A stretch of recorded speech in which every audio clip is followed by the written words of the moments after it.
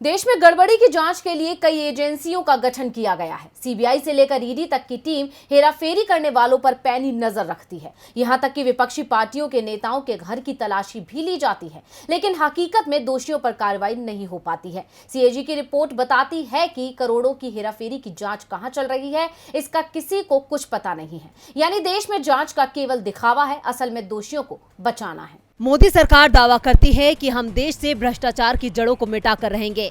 इसके लिए कई कानून भी बनाए गए, साथ ही अफसरों को भी तैनात किया गया।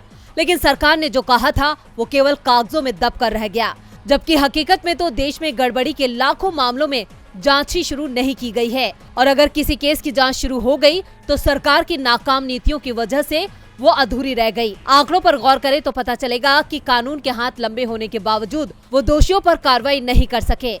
सीएजी की रिपोर्ट में ये सब हैरान करने वाले खुलासे हुए हैं। सीएजी की रिपोर्ट बताती है कि 5 दर्जन मामले तो 25 सालों से लटके पड़े हैं। सरकारी खजाने की 930 करोड़ 78 लाख रुपए की राशि के दुरुपयोग, चोरी और नुकसान के कुल 135 मामले लंबित चल रहे हैं। 491 करोड़ 78 लाख रुपए की राशि से जुड़े 86 मामलों में विभागीय कार्रवाई शुरू तो की गई, जिन्हें अंतिम रूप नहीं दिया गया। वहीं 268 करोड़ 9 लाख रुपए के 17 मामलों में आपराधिक कार्रवाई को अंतिम रूप दिया गया, मगर धनराशि की वसूली नहीं हो सकी।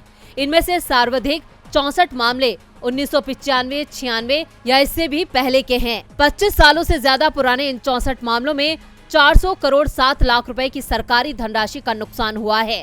2006 से 2010-11 के बीच कुल 17 मामले हैं, जिनमें 310 करोड़ 31 लाख रुपए का नुकसान हुआ है। रिपोर्ट के अनुसार इनमें सबसे अधिक 41 मामले सिंचाई विभाग से जुड़े हैं। कुल 121 करोड़ 3 लाख रुपए के इन मामलों में से 4 मामलों में अभी तक कार्रवाई शुरू नहीं की गई, जिनकी कुल राशि 16 करोड़ 7 लाख रुपए है, जबकि 36 करोड़ 95 लाख रुपए के 35 मामलों में विभागीय कार्रवाई शुरू तो की गई, मगर उसे अंतिम रूप नहीं दिया जा सका।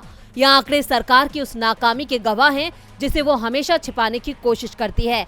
ऐसे में सवाल उठता है, क्या नियत में खोट की वजह से नीतियां फेल हुई हैं?